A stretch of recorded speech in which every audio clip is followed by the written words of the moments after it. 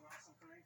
Let's make it. And now it's just blown up. Yeah. I mean, you guys have made this just award-winning brew after award-winning brew. Yeah.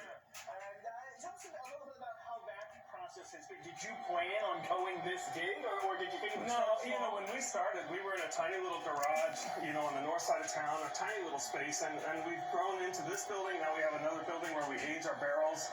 So it's kind of like Rome wasn't built in a day. It's just grown naturally as we've gotten bigger and gotten more products into more states. And you've done it with your wife, Becky. Yeah. Was she in government too beforehand? No, she's a chemical engineer, so Becky's actually the chief distiller. So she's the one in charge of all the production of the whiskey, and I run the business. Purcerville, Virginia. What a wonderful husband and wife business you got going there. So the amazing equipment behind us here.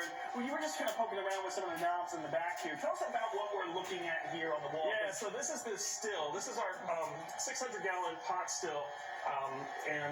We call him D-Ron for double Ron. He's double the size of Ron over there. And that's whiskey coming off the still right now, actually. Mike, watch your feet, but get a good shot of this. It looks like water coming out of here, It's not water. But this is pure, what you said, that's 160 about proof? 160 proof rye whiskey that's made from 100% rye. That's locally farmed Virginia rye. And so that is clear, and it won't get color until we put it in the barrel. So at the end of the day, this tank will be emptied into the barrels, and then it goes off to sleep for a few years when it turns brown and gets the color and gets the flavor. But I don't want to spoil it all, because we're going to learn a lot more about this process coming up. Why Purcerville, Virginia? Are you local? Yeah, this is our home.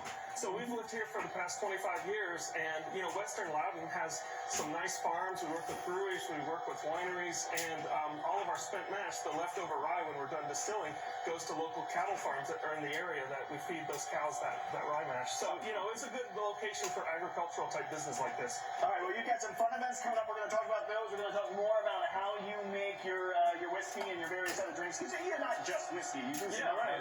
So we'll talk more about that coming up.